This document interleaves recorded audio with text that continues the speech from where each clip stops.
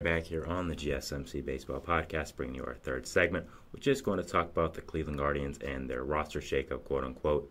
Just making some roster moves that I did want to talk about. So, the first thing that did happen was they called up one of my guys, a guy that I have been talking a lot about on the show, even going back to my first few days on it, which is Kyle Manzardo.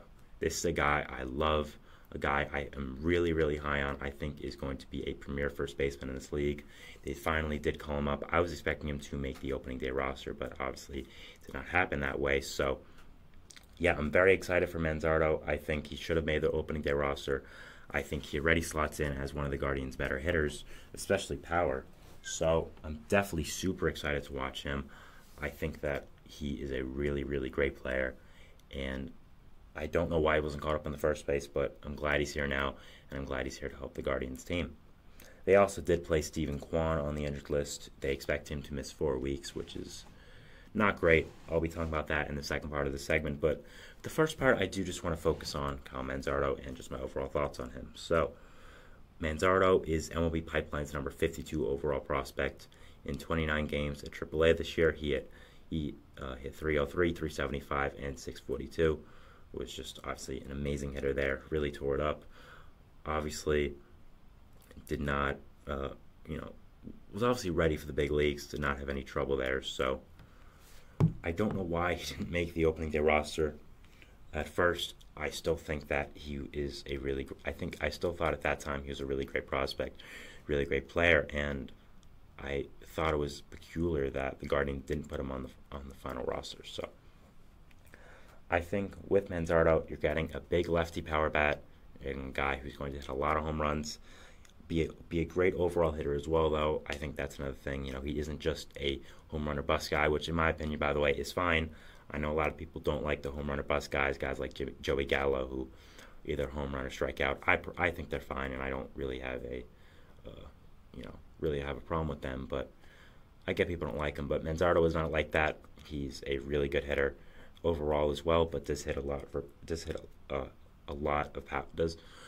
for a lot of power. I don't know why my mouth didn't work there, but yeah, I think that calling up Manzardo gives an immediate boost to your lineup, gives you a big lefty bat, and I think with this Guardians team that has been, as I've talked about, one of the biggest surprises of the year, being 22-12, having one of the better records in the American League, getting up one of your top hitting prospects can never hurt, and he's going to slot into that young, exciting Guardians lineup, a lineup that has been really, really good, and has been surprising a lot of people. I think that's something that is really exciting for Guardians fans and something to definitely be excited about. Not only is Manzardo up, but you also could call up Chase DeLauder soon, who is one of your other top prospects. So there's definitely a lot going right for the Guardians offense right now in young core, and I think that's been something that they've been searching for the past few years. You look at this team right now, you have Bo Naylor, you have Josh Naylor, who has been insane. I mean, he's really broken out. You have Tyler Freeman, Gabriel Arias, Jose Ramirez, of course, Esteban Florial, who's been a very big surprise for this Guardians team. Not sure if he's going to keep it up, but is a nice story so far. And you add in all these guys, and you get in all these guys, and then you add in Manzardo, who is a 23-year-old, 6 foot, 205, has a 55 hit grade, 55 power grade, 50 fielding grade as well, so wasn't bad. Was one of the best pure hitters when he got drafted by the Rays. Obviously got traded to Cleveland for Aaron Savali at last year's deadline. And since then, I thought it was a perfect trade for the Guardians. I thought that's something they should have been doing for a long, long time, which was trading your pitching for hitting. The Guardians had so much pitching over the past few years, so much pitching depth. They had like 7 or 8 good starters on the roster at all times, and while depth is important, at some point there's just excess depth. And I think at some point you could have used your pitching depth to get more hitting depth. And I think a Manzardo for Savali trade was so perfect for them, something they should have done a lot of other times and a long time ago, and I loved it. So I've been a fan of Manzardo and his fit, especially with the Guardians, since really that trade happened. So I'm excited to see him finally come up and excited to see him get his chance here. I think he's going to bat immediately in the 3, 4, 5 spots of this lineup. I think he's going to add a ton of pop. Again, just a spark plug to this lineup. I think a lot of Guardians fans are feeling down right now. You just lost Stephen Kwan. You're having a great season, yes, but losing Kwan does hurt. I think getting back Manzardo, calling him up, I think is a huge thing and something that is pretty significant for this team. So if I was a Guardians fan, I'd be very excited and hopeful to watch him. I mean, again, I don't know why he wasn't on the opening day roster. I would have put him there. So I'm glad he got his chance now, and I'm glad he is going to get his chance to impact this Guardians team in a really great way. You know, you look at the scouting report for Manzardo. He utilizes a simple swing at the plate, simple approach, has a great eye as well. Again, he can pull balls in the air. He hits it all over the field. His pure hitting ability, along with his power, is insane. I think that's just a really great duo to have, of course. You don't have a lot of prospects now who hit pure and with power, so I think Manzardo is a little special in that way. So I think that also he's a better athlete than some people think as a first baseman. He isn't going to be someone that steals 20 bags, but can run the bases relatively well, doesn't field horrible, and I think that's something else that's positive in today's day and age when players are so much more athletic. So I'm very excited for Manzardo to get his chance with Cleveland. I think he's a really good prospect, a really good player. I think, again, he's going to add an immediate spark to this Guardians lineup. I think he's going to be in the running for Rookie of the Year either next year or this year, depending on how long he does have in the Major Leagues this year. So, yeah, definitely someone I'm watching. Definitely a guy I think is going to make a big impact on this Guardians team and end up being really, really good. So, yeah, did want to talk about Manzardo here, but unfortunately, every good thing comes with a bad thing in baseball. So why was Manzardo called up? Well, he was called up because one of Cleveland's better players, Stephen Kwan, went on the injured list.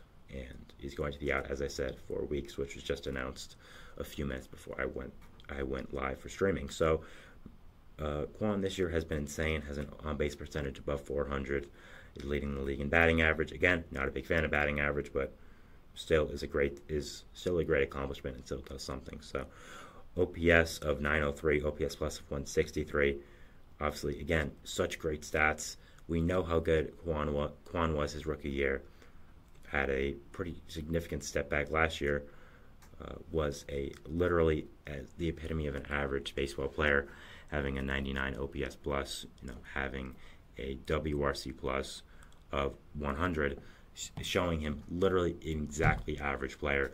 So he had a sophomore slump last year. You could kind of say, quote unquote, teams figured him out. They figured out, what makes him tick, what he swings at, what he doesn't, how to pitch to him, all that stuff. But he clearly did his work this offseason. He's clearly adjusted, as now he's doing great, as I said about those stats. He has a weighted runs created plus of 163, same as the OPS plus. His BABIP is a little high, which could potentially signify some regression. But at the same time, Kwan's a fast hitter. He is a contact bat, so a lot of his game is hitting balls slow, hitting balls on the ground. So I think you kind of have to take BABIP as a grain of salt, that there are some players that are just going to benefit from batting average on balls and play more. Guys like Kwan, a guy like Trey Turner, who's always going to have one because he is so fast. So I think we have to take that, again, with a little bit of a grain of salt. So how much do I think losing Kwan is going to hurt the Guardians? I think it's going to hurt them a lot. I don't want to really sugarcoat it here. I think that it's a significant loss for this team. Again, having such a great season like he was is a big deal, and it is something that is going to hurt the Guardians a lot. I think that when you look at this team, you look at just how well they've been doing with some of their breakout players like Kwan, like Josh Naylor. I think that losing one of them at this point in the season is rough, and losing Kwan, a guy who is your table setter, really helps that wherever he's batting, lead off, middle of the order, something like that, really does help this team just with the pure hitting and batting as well. So losing a player of Kwan's ability is not a positive thing, and while I do think Manzardo is going to be a really good player, I think he will easily fill in the spot for Kwan. I think that what you were hoping is Manzardo gets called up with Kwan. Have a lineup of these lefty hitters like Kwan, like Naylor, like Manzardo. I think the lefty hitting core they have right now is insane. I mean, Bo Naylor's there. Jose Ramirez is the lefty half the time. You have Esteban Florial, who's been really good. Jace DeLauder, who might come up soon, who is a lefty as well. So overall, I think that the Guardians have a really good young lefty core of hitters. And losing Kwan is a negative here, something that you don't want to see. But I think that Manzardo is going to be a really positive bat for this team, someone that brings a lot of life into this team, and is going to, again, shake this roster up, quote unquote. I think he's going to help a lot, and while you didn't really want to see the situation and scenarios that brought him to the major leagues, you understand them. You understand that they're part of baseball, and 4 weeks isn't the end of the world. I'm excited to see what Manzardo can do this season, and I'm excited to see what he does with the Cleveland. I think, again, the Guardians have been one of the biggest surprising teams this entire season. They've been so good. They've been so surprising. Again, I had a whole segment on the Guardians a few days ago talking about them. If you want to check that out, it's on the channel. Go ahead. But I think they're playing together as one. They have a young manager now who knows how to get this team together, who's done a really great job. And having all these young, exciting, good players on one team finally worked out, and it finally led to a hitting core being built for this Guardians team. And I'm excited to watch them going through in the season. Do I think they're going to stay at this record and win the Central? No, I don't. I still think it's the Twins division to lose. They've been so good. They won 12 in a row. Obviously, significant achievement. So definitely watching them and watching both the Guardians and the Twins, just seeing what is going to happen with these two teams and seeing who does win the Central. I think it'll be the Twins. I think the Guardians will still make the playoffs. I think they are, at this point, one of the top 5 best teams in the American League with how they have done. So I think that's something significant to watch here and something interesting to see. So I think they're as good as they are right now. No, but I think they're going to get better.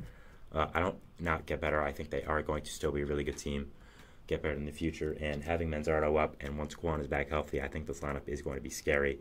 I'm watching the pitching and the overall depth. They have had some injuries, but they still have a lot of good young pitchers there. So I'll be watching all that. We'll be watching the Guardians in general, and just see what does happen with this team, and just what's going to happen here. So so that was our third segment, talking about the Cleveland Guardians and their roster shakeup.